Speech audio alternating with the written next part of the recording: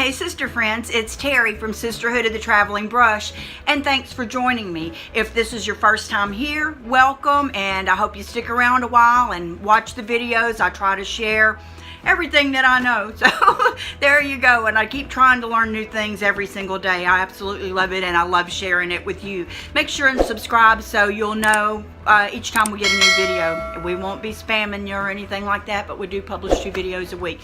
What I want to show you today is how to distress a piece of furniture using a random orbital sander. This drawer I've already done, and I did it first because I didn't want it too heavily distressed.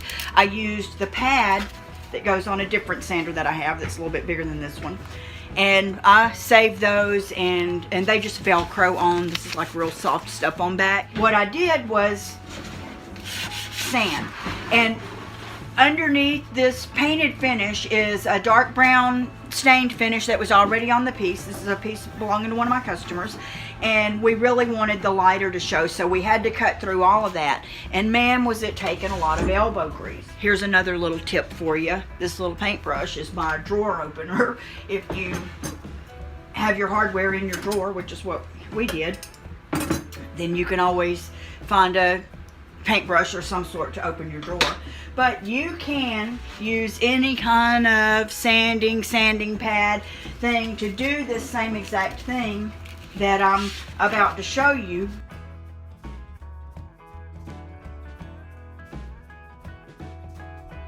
That was probably about 30 seconds worth at medium intensity of elbow grease, and that's where you will get a very light distress. But we're going for heavier than that, and going through 2 layers of paint, a layer of factory finish stain or top coat and stain, and to get to the raw wood underneath, and we'll top coat this after.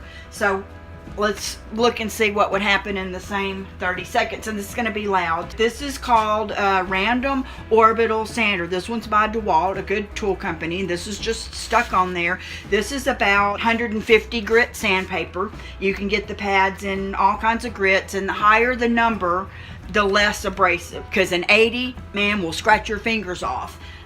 600, which is kind of like a paper bag, is so smooth it would just buff off anything without taking off finish. But this is sort of middle of the road here. Got a little knob right here that you turn it on. Just gonna keep the drawer out.